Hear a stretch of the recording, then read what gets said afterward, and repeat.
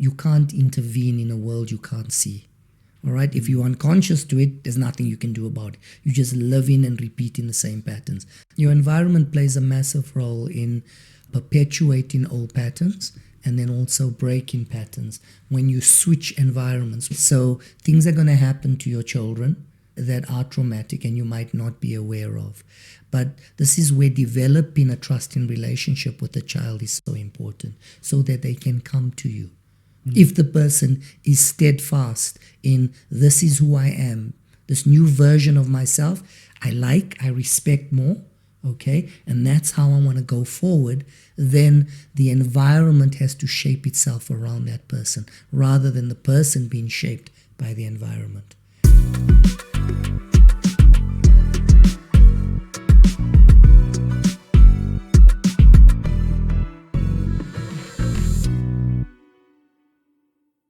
We have a sponsor now, and as we do, it means a lot of things are going to be changing. So we're going to be upgrading mics, we'll be upgrading cameras, but we'll change sets because you have supported us all the way to 20,000 subscribers, and I feel like this is a good time to pop a vuvuzela and just say thank you. Thank you for all the support, the shares, the comments.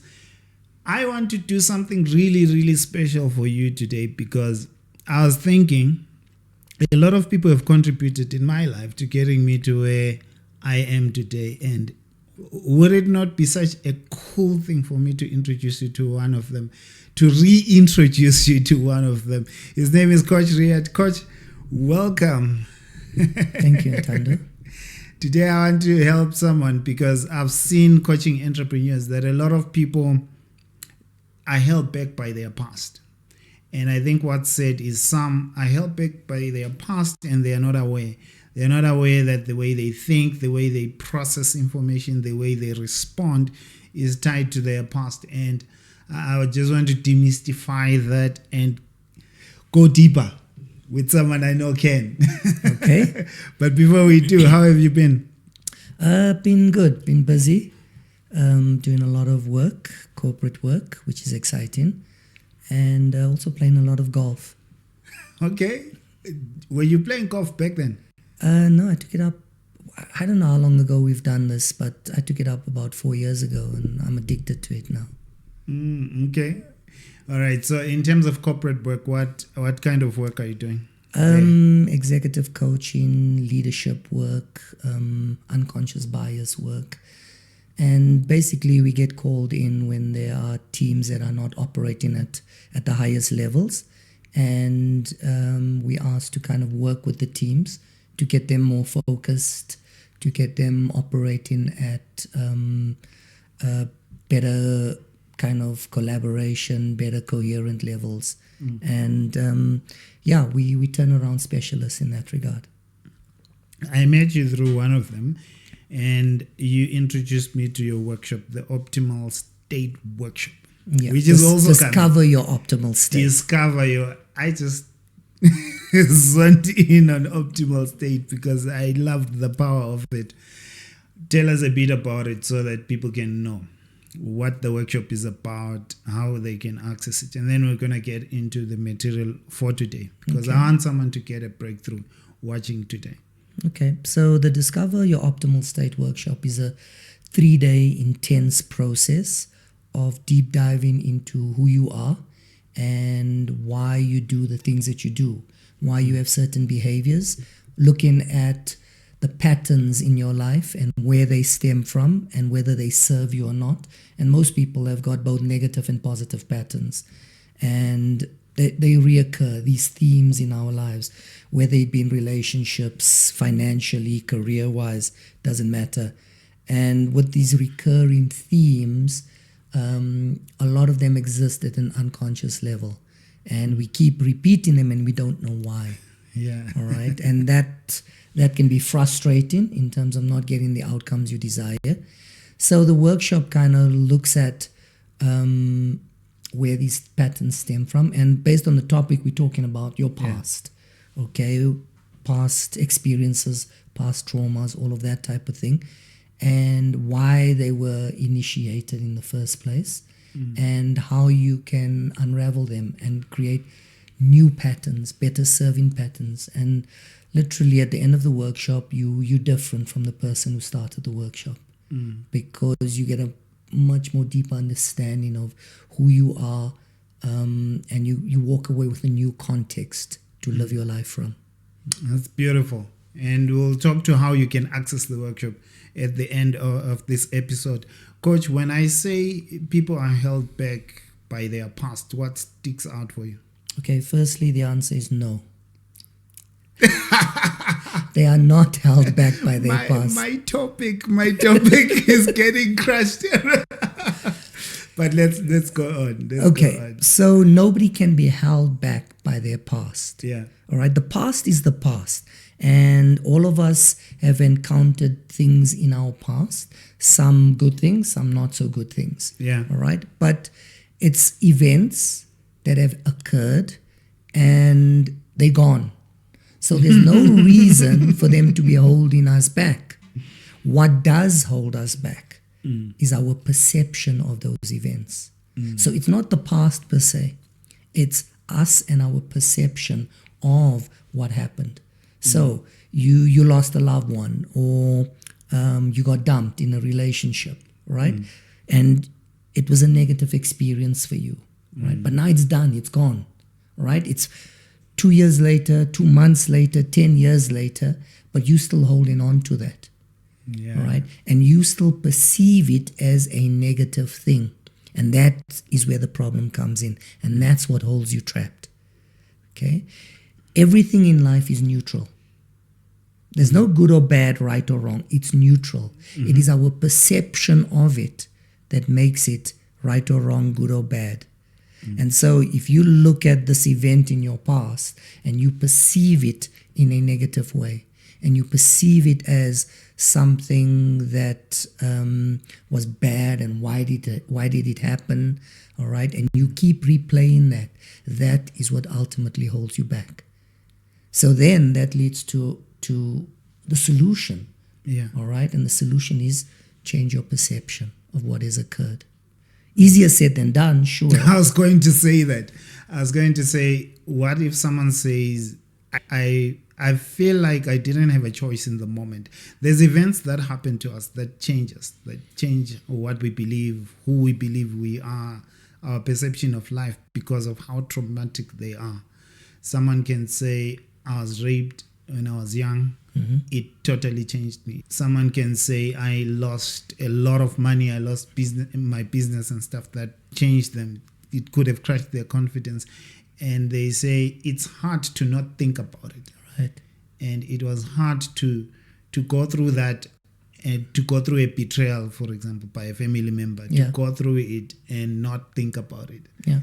So how do I process it in a way that it's not a negative and I still am empowered? Okay. So starting from the fact that the event is neutral, right? Yeah. And now I've overlaid an interpretation on the event. All right. So this event happens. I've lost money. I've been betrayed. I've been raped even. Okay. So now I look at this event and I say, right, negative event. In the moment, it's horrible what has just happened. All right. And you experience all of these emotions. But immediately you start to create a narrative around this event, a story, if you like, around this particular event. And the story is what holds the power, not the event itself. The event is the event and it's happened, okay? Nothing you can do about it now. It's in the past. But what you perpetuate ultimately is the narrative, your interpretation of this event. And that interpretation, if it remains a negative interpretation, okay? So here's an example. I've been retrenched twice in my life. Okay. At the time of being retrenched, it was the worst thing ever. Okay? I'm sure. It was like, what do I do now? Right? And as I look back in hindsight, it was the best thing that could have happened to me at the time, because it gave me the kick up my behind, okay, to move on to the next thing.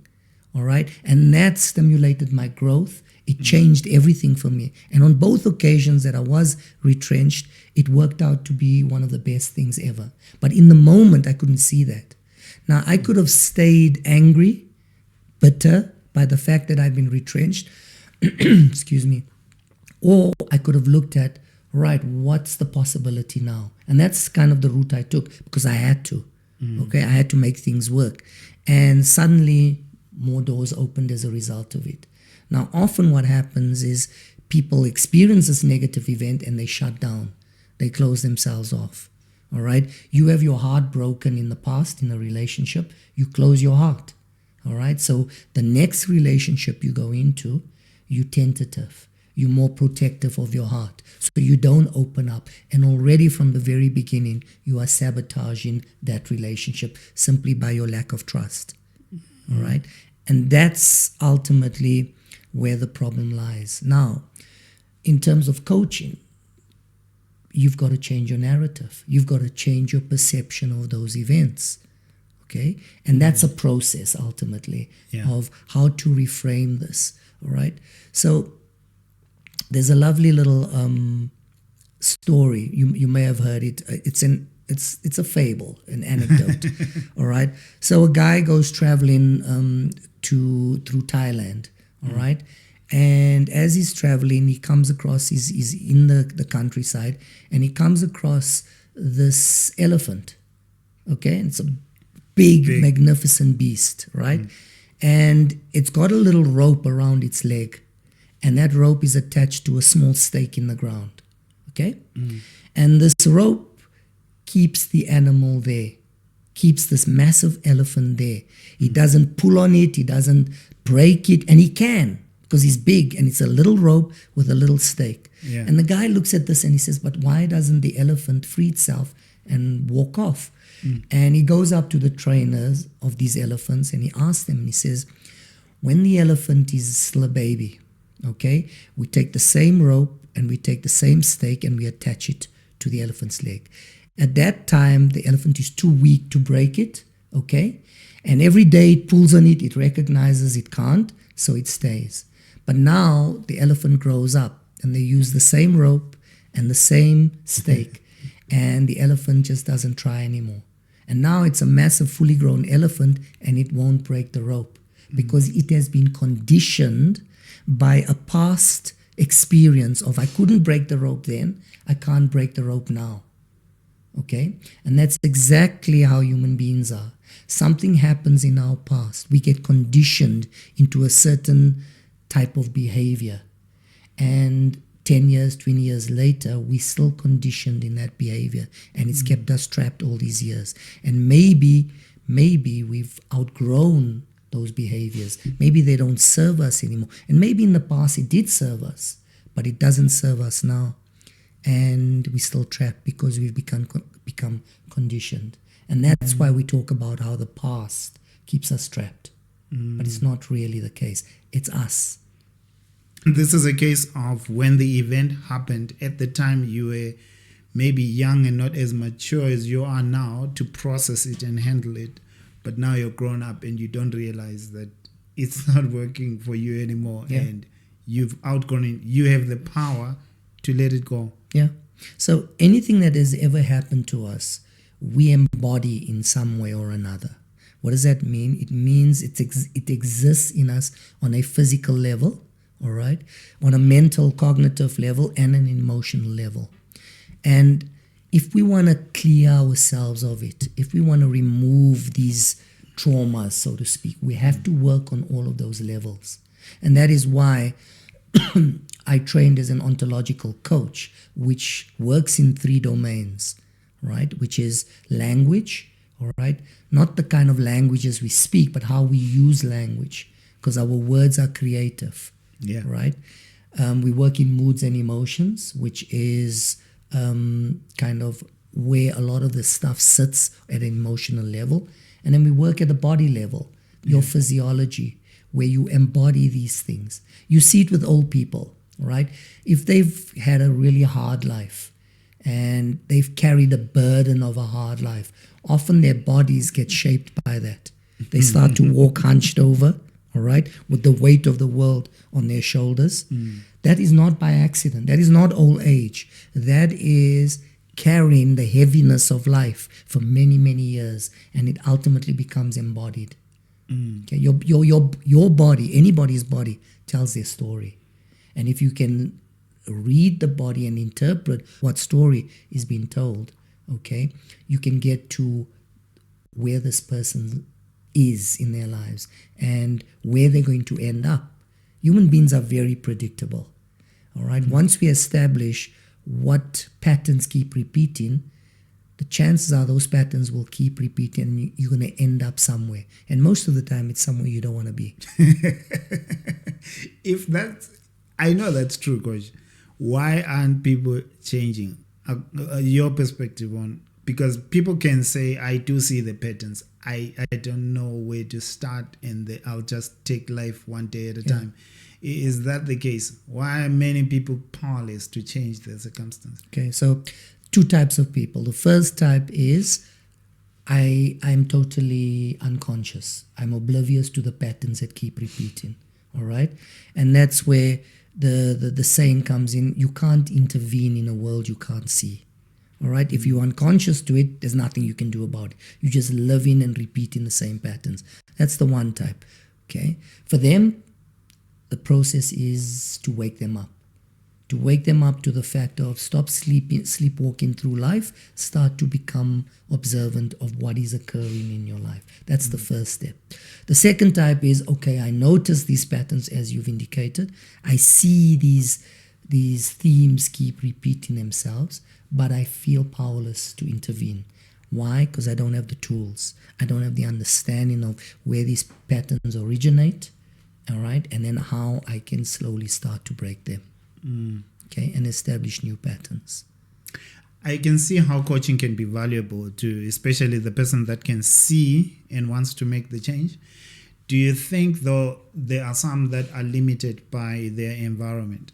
They can come to the workshop, feel and experience the transformation, but when they get back to life, they're staying with someone who's more powerful and more influential than their will, and they still take them back to where they were. Yeah, your environment plays a massive role in perpetuating old patterns and then also breaking patterns. When you switch environments, when you change your circumstances and your environment, right, that can be a very positive aspect of changing old patterns. So often people go through some kind of transformation, right? Yeah.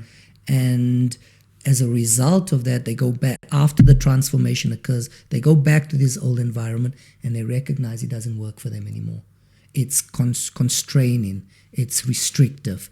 And then they have a choice. They either go back to how they were in that environment or they find a new environment. And that environment can often be a new relationship. Because sometimes, you must understand, we teach people how to treat us. Okay, so if I was disempowered, if I was somebody who was a people pleaser, somebody who did not assert themselves, all right, somebody who couldn't say no, and I've shown everybody in my environment that's who I am, okay, and people will take advantage of that. They will. Right? Now you go through a process and you become empowered. All right, and you feel powerful. And now you go back to that environment and people start to treat you like you always have been, okay? And how they always treated you. And you say, no, that's not okay, right? I'm not that same person. And they go, but what's wrong with you, right? And often they will try and overpower you back to being that same, let's call it subservient person, or they will withdraw. All right, and they will see that I can't be this person with this, how I used to be with this person. I've got to then change, or the relationship breaks on some level or another. If the person is steadfast in this is who I am, this new version of myself, I respect more, okay, and that's how I want to go forward, then the environment has to shape itself around that person rather than the person being shaped by the environment. And that's what real empowerment is. All right. So, what advice do you have for someone who feels like I am empowered and I'm trying to change, but I'm a bit powerless to change the environment? Let's say I'm a teenager at home, I can't leave because I don't have anywhere to go, or I'm married to this person that's disempowering me. Okay. Or it's the workplace scenario where I know with the job, maybe you can leave, but it's a process still. You don't Sure. just say, because now I'm empowered, you guys, goodbye. And you don't have a backup plan. And many people feel they can't do that. Right. And that's a difficult one if you find yourself trapped in an environment and you cannot leave for whatever circumstances, a teenager living at home, that type of thing, all right, or in a relationship. So you have choices, right? You can either stay in the environment and suck it up and say, all right, this is how it's going to be for the foreseeable future and do the best that I can. Option one. Option two is leave. Yeah. Right? Not always possible in that moment. Option three is to slowly begin to assert yourself in that environment. Slowly begin to mold the environment in a way that suits you. You don't have to be aggressive about it. You don't have to try and overpower anybody. Just the way you are being in a way, and the more consistently you can be that way, let's call it empowered, will slowly send a message to those people in the environment that there's something different here. This person has changed, and I can keep clashing, or I can begin to fundamentally change. So think about guys like Nelson Mandela, Martin Luther King, Mahatma Gandhi. They were in an environment that was oppressive, all right, that took away their freedom, right? And in many ways, they didn't try and force their way onto the environment. They simply stood in their own truth of who they are, all right, and what they stood for. And they walked the talk, and they did it consistently. And yes, with a lot of hardship, but also a lot of support.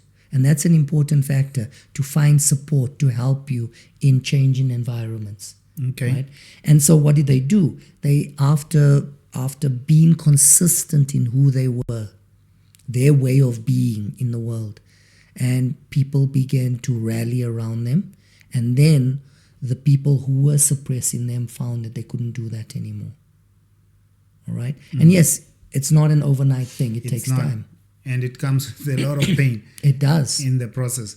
I'm thinking of someone recently who lost their husband, and when I was talking to them, I actually set a session with them. They said it's actually the second time it's happening, and they are young, much younger than me.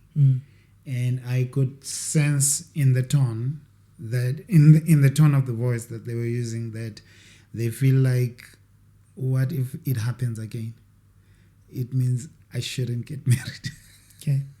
And unfortunately, that's the power of our thoughts and our words, right? So something has happened, and then it happens again, and now you become fearful of it happening a third time. So what do? You withdraw from relationships or from getting married again, all right? And in that, you are setting yourself up for a pattern to keep repeating. Because the moment you fear something and you don't want it, that is when you start to draw it closer and closer to you. Explain that question. Okay. I mean, we all know the law of attraction, Yeah. right? And what you put out, you get back. You put out fear thoughts, right? You put out a consistent emotional signature of negativity and fear around a particular thing. That acts as a magnet, okay? Because God, the universe, doesn't understand no. Okay, I don't want this. It doesn't understand negative aspects. Whatever you focus on is what you're ultimately going to bring about. We've all experienced this in our world. Yeah. If you're focusing on losing a relationship, that is you creating a self-fulfilling story. Yeah. Okay, so focusing on this thing happening again is more likely to bring it about. All right, not always the case, but if you are strongly, consistently focusing on something, it is ultimately what you're going to draw to yourself. Because where you focus is where you direct your energy. And if you focus on a particular thing, you're directing energy towards this thing. And what you energize grows bigger, gets more intense. So for someone like that, you would be saying what they focus less on it happening again and visualize a happy future with someone else. Well, first they've got to go through a healing process for themselves. All right. I mean, losing two husbands, all right, at a fairly young age is a difficult thing. It's incredibly traumatic. All right. So they've got to go through a process of healing, a process of dealing with all of these emotions that are still there, right? And then dealing with the narratives, these stories that we run. Oh my God, is this going to happen again? Should I even attempt going into another relationship? And that has to fundamentally shift. And this is where, having somebody from the outside assist and support them in that is very, very useful. What about kids? I've seen in the time working with you that a lot of what some adults are going through, once they do the deep work and the deep reflection, they realize, actually, I got hurt when I was 8. I got hurt when I was 11. And what is surprising sometimes is as these stories come up, some parents were not aware. And I've talked to someone now who is in their late 30s, went through something, and the mom now doesn't know that they went through something really traumatic, a rape, and they were young. Yeah. And even in the process of trying to say, part of the healing will involve telling your mom, it doesn't seem like something she's willing to do. Okay. So all parents are trying to do the best that they can with what they have available, right? And with their level of awareness, right? And it is very difficult to be a conscious parent all the time. Okay, so things are going to happen to your children, right, that are traumatic and you might not be aware of. But this is where developing a trusting relationship with the child is so important, so that they can come to you. All right. The fact that this happened to this child and was unable to talk to their parent about it, okay, is the start of the issue. All right. Even if the parent is unaware of these things taking place, there has to be a relationship in place where the child is able to come to a parent. All right. Where the child is trusting enough to open up to a parent. Now, that's not always the case, unfortunately.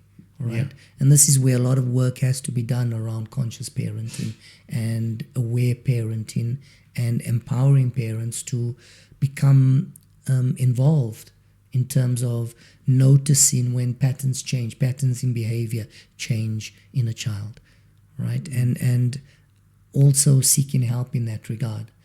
In today's society, parents are often very busy doing their own things, right? Yeah. And it's hard to get involved with kids. And many kids don't want that anymore. They right? don't want you around all the time. But that is where it starts to go wrong, is this relationship, this attachment children have with their parents is broken at a very early age. All right? And now a child needs support and they can't turn to the parent because there's a break in that relationship. So who do they turn to? They turn to friends. And that can be dangerous because they immature as well. They children, right? And they probably don't have the best sort of advice to give to a teenager or a child as such. Or even worse, the child internalizes everything, all right, and never expresses it outwardly in any way and never deals with it. But that is going to show up in this person's life as they grow up because something's unhealed there. Okay. And the hardest job in the world is parenting. Okay, it is by far the hardest job in the world, right? You're a parent, right? I am, and I'm thinking we are winging it half the time. And that's exactly it, right? And in winging it, you kind of take on how you were parented in many ways. And often it can work, but often it doesn't work. It's an outdated mode of parenting, right? And so it is useful to educate yourself as a parent, all right? To read the books, to seek counsel in this regard, because think about it. You've got a person's life in your hands, right? And you are shaping this, and yeah, most of the time we are winging it, and we haven't got a clue what the heck we're doing, right? And the more empowered you become as a parent, right, the less likely you're going to cause damage. Here's the thing: you're going to cause damage. All right, whether you like it or not, it's part of how things work. You're going to cause damage, right? It is how you are able to manage that, how you are able to support your child through that, and how you are able to maintain a healthy relationship with your child throughout all of this stuff, and be a support structure, right? Because it's a learning experience both ways. If you a new parent, you've never parented before, you've got to learn. Right? This child is your teacher in many ways. So if I'm thinking of this as a parent and listening to you say you're going to cause damage, is there anything like causing damage because you love and you protect too much? Yeah, you can. All right. And there's this term called helicopter parenting, right? Okay. Where parents hover over their children all the time. All right, and the kids are not given freedom to express themselves. All right, and kids learn by trial and error. All right, by testing things. All right, and kids are going to hurt themselves physically. They're going to climb things, fall off things. But if you're always there to catch, okay, the child never learns the perseverance, the grit to pick themselves up, to dust themselves off, to get on with it.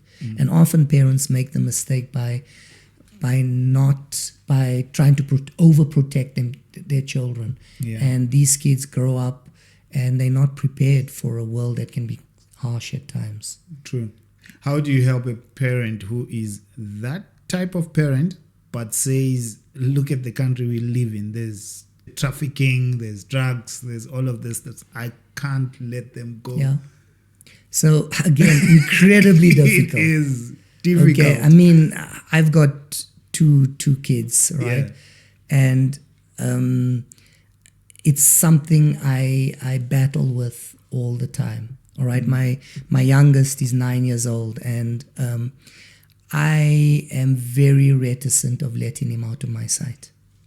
Okay, so I'll let him go in a park or whatever, but I will always visually have a connection with him. All right, I will not let him out because of the society we live in, and that's unfortunate. Yeah. Okay, we in restaurants and he wants to go to the bathroom. Okay, I will go with him. Okay. All right, because I know of incidences that have occurred in situations like this. Yeah. Right, but it is about finding a balance. All right, giving them freedom, but ensuring that their safety is not compromised. So there's no set of rules to it. Okay, it's trial and error.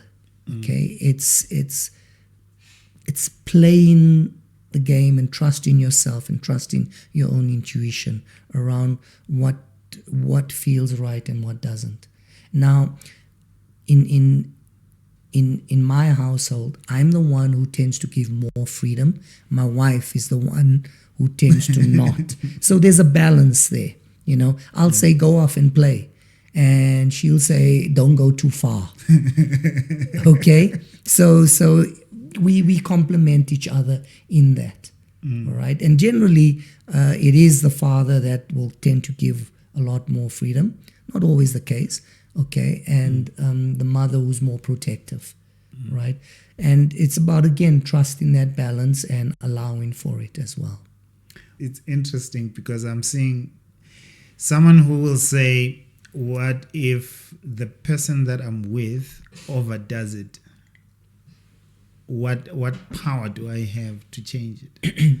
So in the moment, it's not about confronting the issue. All right. So my wife and I, for instance, if I see her being overly protective, okay, I'll let it go, and then at some point I will bring it up later when it's just the two of us and say, you know what, I felt that we could have handled this differently, and this is why. All right, and a discussion can be had, or maybe an argument can be had. All right, but it's learning ultimately, and we're not always going to agree on the right approach, right? And that's just part of learning how to be in a relationship and how to parent effectively.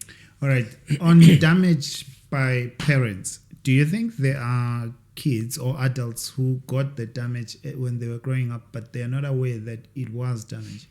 I'm thinking of a case. I'll give you an example. I was talking to someone who was raped by their father, and even in describing it when we were having a coaching session, they couldn't say that it was rape.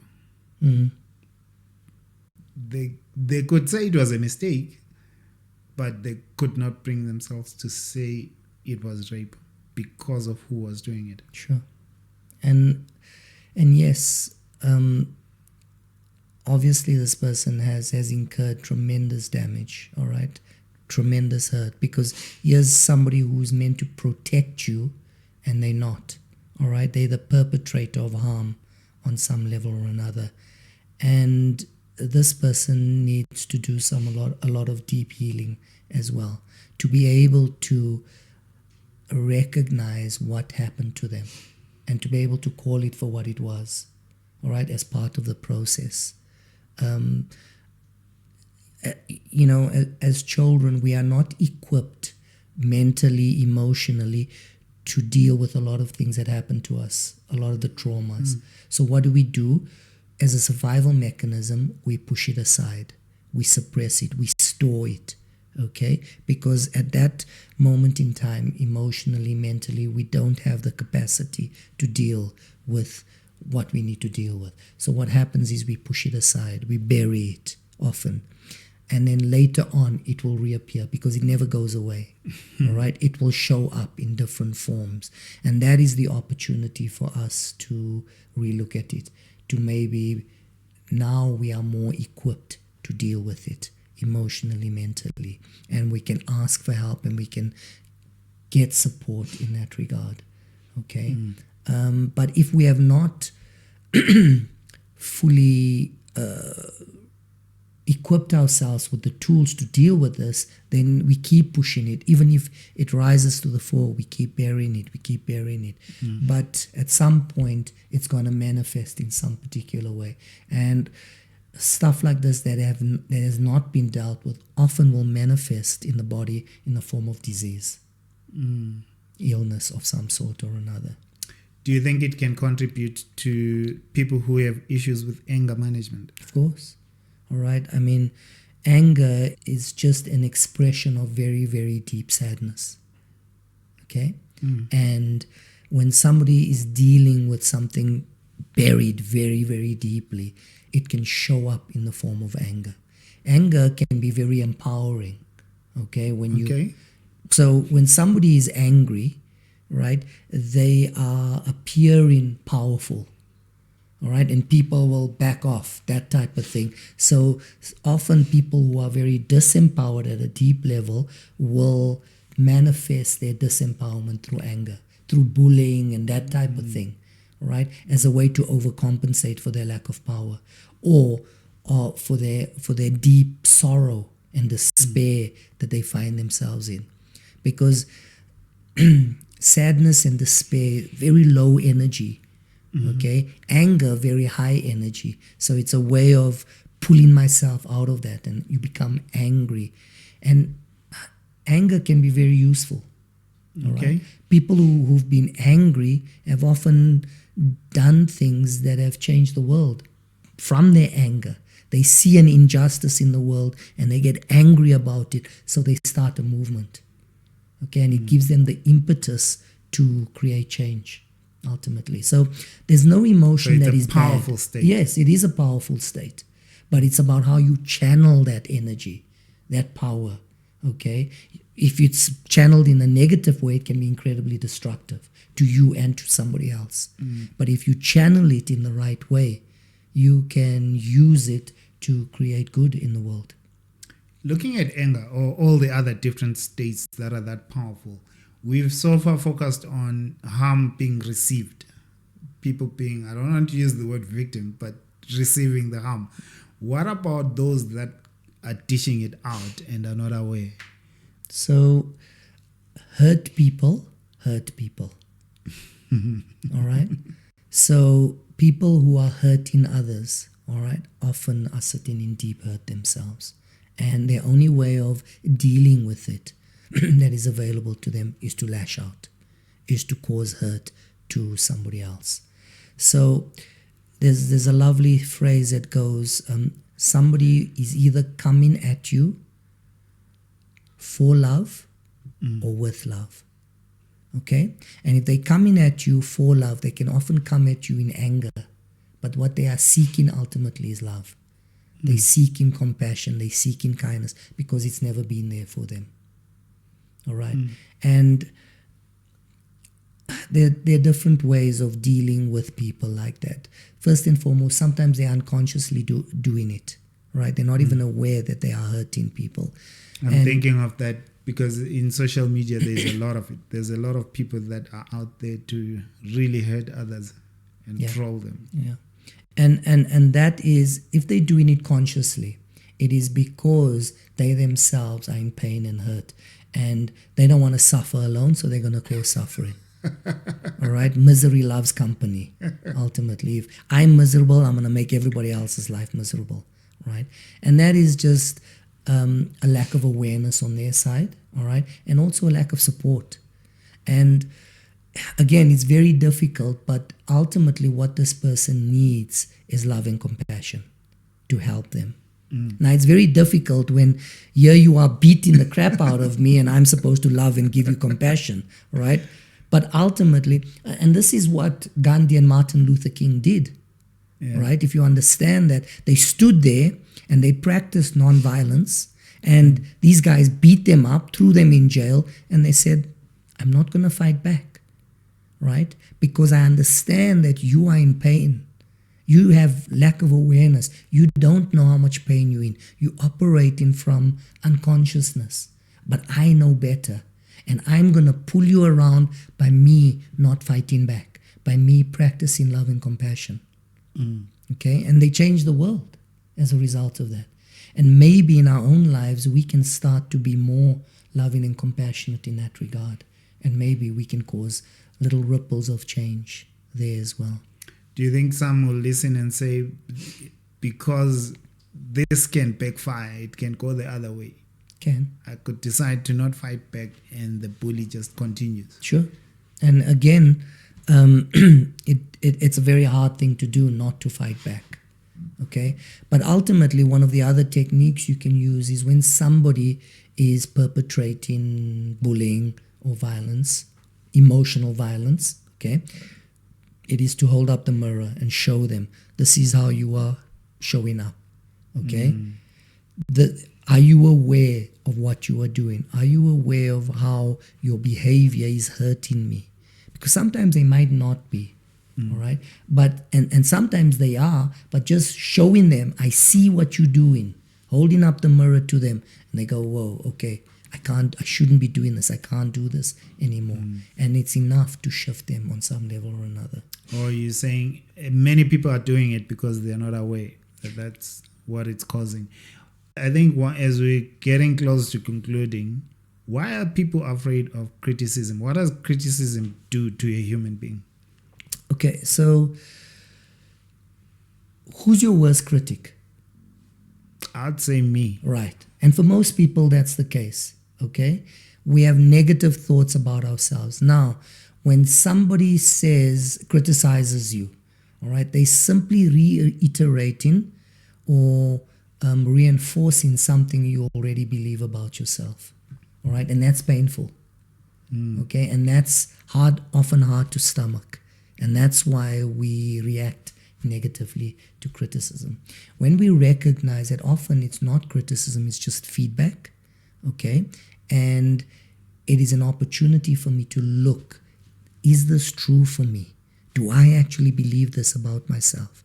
If somebody says to you, Ntando, I see you as you're an idiot.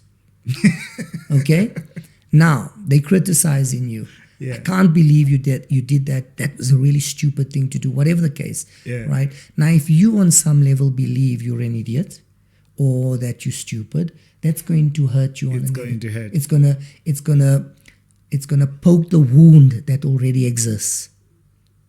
Okay? The wound has been there for a very long time. Okay? Now somebody comes along and takes a knife and stabs that same wound, right? It's going to affect you, and you're going to either get very angry, you're going to lash out, or you're going to withdraw and close off. So it is about that. Why did that criticism hurt? Okay, it was just words being said, all right? Yes, not nice words, but it was just words. Why does it hurt so much? To hear these specific words. Yeah, why does it affect me so deeply? And where in my past have I heard this before? Was it a father figure? Was it my mother who said this to me? Was it a teacher? And have I taken it on? And have I been saying this to myself? Because there's no reason words should hurt us, okay, unless a wound already exists. Because if I say to you, Ntando, I see you as a zebra, does that affect you in any way? I just laugh at you. Okay, it means nothing to you because chances are it's not something you've heard before. So it has no effect on you. Okay, but again, if I say, I see you as weak, all right, I see you as disempowered, I see you as a victim. Now, if it knocks you and you feel it in your body, understand that somewhere along the line you've heard this before. Somewhere along the line you've probably said this to yourself or felt it about yourself, and therefore that's why it hurts. And it's an opportunity to go and do some work on yourself and figure out why does this hurt and where does it come from and how do I heal it. Does it get to a stage where people are like walking victims? It's anything anyone says to them, it's going to hurt. Yeah. All right. Some people have become so hypersensitive, right? Because they've been hurt so much in their lives. They've incurred so much injury in their lives that you just touch them and they, okay, you just say something and they react to it because of all of the hurt that they've incurred, right? And how do I get the breakthrough if I've become that person? Come and do our workshop. I love the answer. Get help, all right? Sometimes therapy can work, all right? A coach, a friend, just go in and explore, all right? And also there's so much stuff available on online, right? So many different things you can read, videos you can watch. So there's no reason, the information is freely available out there. It's simply a matter of being proactive in that. If you feel like things are not working for you, right? If you feel disempowered in any way, if you feel victimized in any way, right? Now, unfortunately, a lot of people have these feelings and they think it's normal. And so they do nothing about it. It's not normal. It's not normal to feel disempowered. It's not normal to be a victim. All right? And when you understand that, then you can seek help. You can pick up a book. You can watch a YouTube video just to begin the journey of healing, of introspection. You know, who was it? Socrates or Aristotle, somebody said the unexamined life is not worth living. Okay? And we get so busy in our lives, work, doing this, doing that we seldom take time to become reflective, to sit with ourselves and to check in on ourselves. What's going on here? Why am I feeling the way am I feeling? Why do I always feel this way? Why do I get triggered by this or by that or by that? What's really going on here? And the moment we can start asking those questions, the moment we starting to go inward, right, new things will be revealed to us.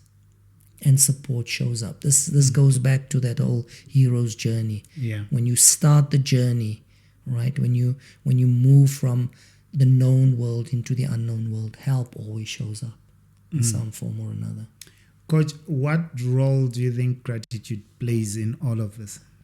Okay, so your life becomes a product of the state you are in most of the time. If you are in a state of anger, a lot of the time your life will form around that. Okay, if you are in a state of depression or sadness, that becomes your life.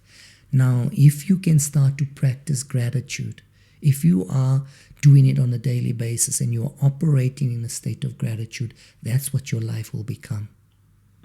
Okay, gratitude is one of the most powerful forms of prayer.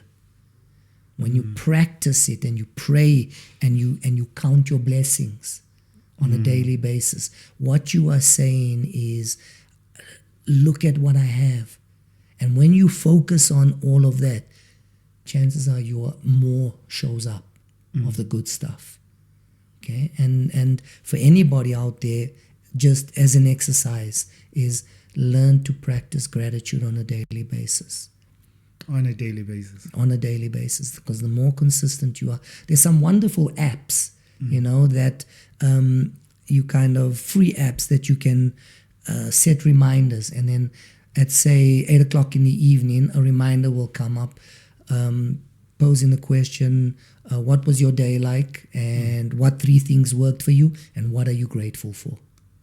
Okay, and it just shows up on your phone, and you answer it, and then you take a moment to sit back, because gratitude is not something you say, it is something you feel at the deepest level. All right, it is something you express at the deepest level, and that's where its power lies. Talking about another tool that seems to help a lot of people, meditation. Do you recommend guided meditations? If you're somebody who struggles with quieting the mind, all right, with being still, and it's hard to do it on your own, then a guided meditation is a wonderful thing. Again, I have apps on my phone of different meditations and processes, and they're very, very useful in that. And 5 minutes, 2 minutes, if 5 minutes is too long, is a starting point. Just to sit there and be quiet and become still, because this thing never shuts off, right? And it even when we sleep. Even when we sleep. I mean, I woke up this morning and I was quite agitated because I had a crazy dream. Okay, and it was the craziest dream, and I told my wife about the dream. And she just laughed because I woke up and I was tired because I was running in my dream. Okay. And yeah, so this thing is always active, right? And it helps if we can shut it down from time to time, even if it's just for a few minutes a day. It's a reset for us. So the meditation apps, people can use them during the day. It doesn't have to be in the morning only. Anytime. They're beneficial at any moment in time. There's one that I particularly like. It's called the Heart-Brain Coherence Meditation. And Heart-brain. Yeah. And what it does is it's a process of connecting the brain and the heart during the meditation in a very powerful way.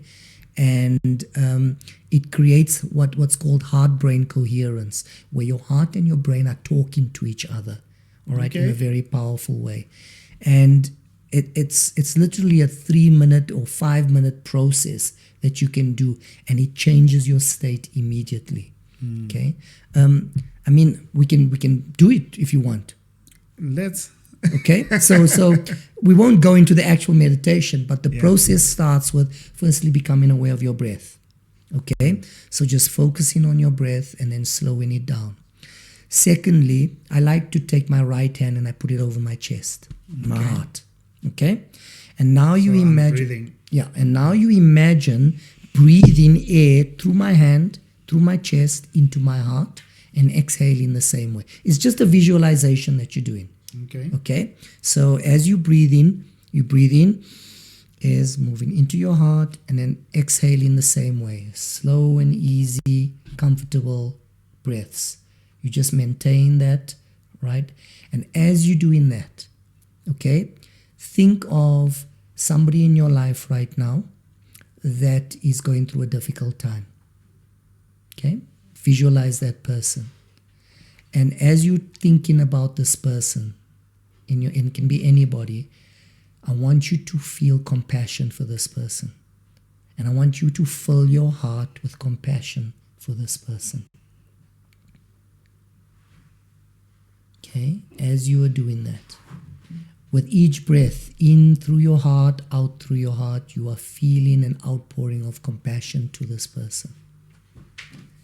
And then think of somebody else in your life. Somebody who you have deep gratitude for. Okay, somebody who is close to you or even not so close to you that you feel tremendous gratitude for. And as you feel in that gratitude, feel it pour out of your heart. And again, it's a deep feeling in your heart of gratitude for this person. Still maintaining that breath through your heart, through your chest, through your hands, inward and outward, nice and easy. And just as a last thing, okay, picture somebody in your life that you deeply love. Okay, it can be anybody, your spouse, your child, your parent, and just feel the love you have for this person. And feel the outpouring in your heart of this love for this person. Now take a deep breath in, slowly exhale, drop the hand, and there you go. I hope I'll still be able to continue. Okay. So again, just doing something like that at the office, okay? At some point, it doesn't matter where it is, all right? If you're feeling overwhelmed, just take in a couple of, I don't know, that was 2-3 minutes that we just ran through it. Sitting there, hand on chest, breathing in and out through your heart, okay? And then picturing different people in your life, compassion, kindness, appreciation, gratitude, love. All right, and then immediately your eyes have changed. Yeah, they changed, and now I start to think about some of those people. Yeah. A thought came through as I was starting that what if someone hurt me and I don't know if I healed or not, because I know that's something that someone out there will be struggling with. How do I know that I've forgiven? How do I know that I've really healed? Okay, when you don't feel triggered anymore, when you think of this person and your body doesn't react in a negative way. You must understand that the emotions are the language of the body, right? And if something is a trigger for us, we will feel it on a physical level in the body, or we will feel the emotion. So somebody's hurt you, and if you think about this person and you think about what they did, it's about tuning in to what's going on in my body. Does it feel anything, or am I clear? Have I let it go? Have I fully forgiven them? All right. And if there's a sense of neutrality, that's good. But if there's a sense of, okay, compassion, love, then you know that it's no longer Then it's there. gone. Yeah. Coach, if someone says, I want to come to this workshop, just do another rundown of what to expect, when the next one is coming, how often you do them, how they can access you. So we do them every 6 to 8 weeks. Okay. And for more information, all they need to do is send an email to info@SOAR Institute, and that's spelled SOAR institute.co.za. I'll put the website in the description of the video. Yeah. And just send an inquiry. I want to know more about the workshop, or they're welcome to contact me directly, right? And I meet people all the time, have a coffee with them to explain about the workshop, have a call with them, online to tell them more and see if they want to kind of do a deep dive into themselves. The workshop is intense, right? But it's designed to be that way. It's not a lecture. It's not a traditional type of workshop. We do processes on the workshop, and each process is designed to reveal a different aspect of yourself that might be unconscious to you. So it's literally holding up the mirror and saying, look at yourself here. This is what shows up. Why? What's going on here? All right. And for you to kind of do a deep dive into that.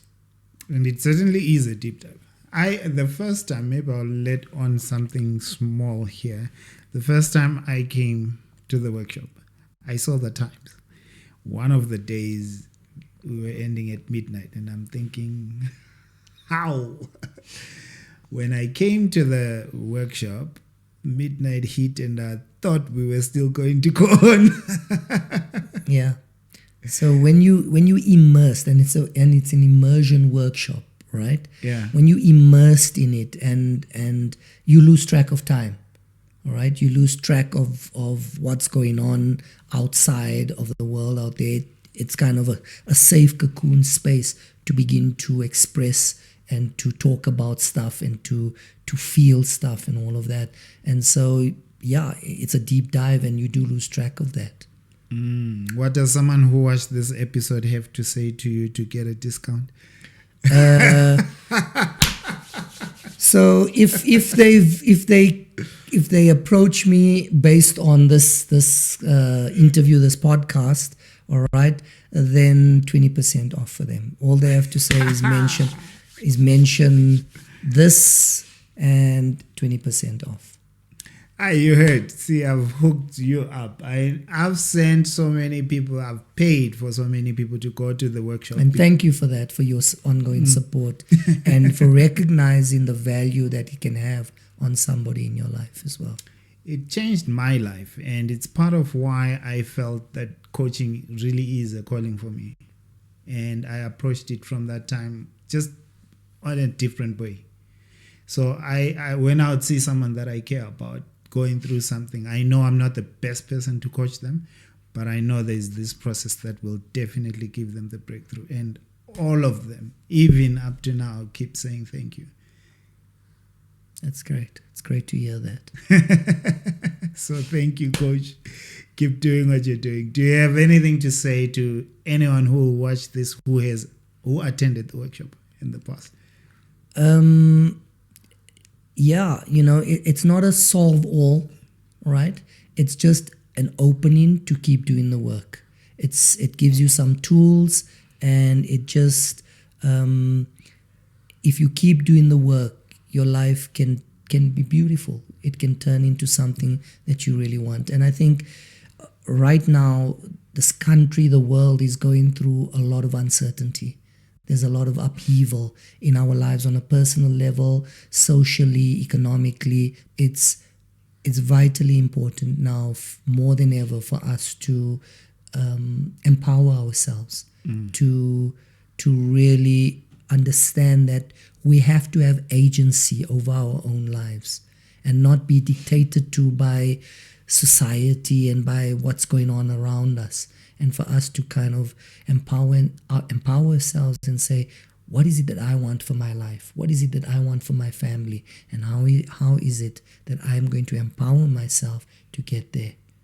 Okay, and how do we create a better society, not just for me, but for everybody concerned? Thank you so much. This has been very insightful. When are you coming back? I'll make myself available whenever I can. Pop some questions in the comments. Reach out to me if you do have my number, and just let me know what questions you have that you think I could have asked, so that when Coach does come back, we bring those questions to the episode. But for now, thank you so much for all the support, for all that you continue to do for us. over on our side. See you on the next episode. And remember that you have the 20% off. I'll put a link for in the email that you can use to contact Coach for the workshop and the website that you can check it out on. So thank you.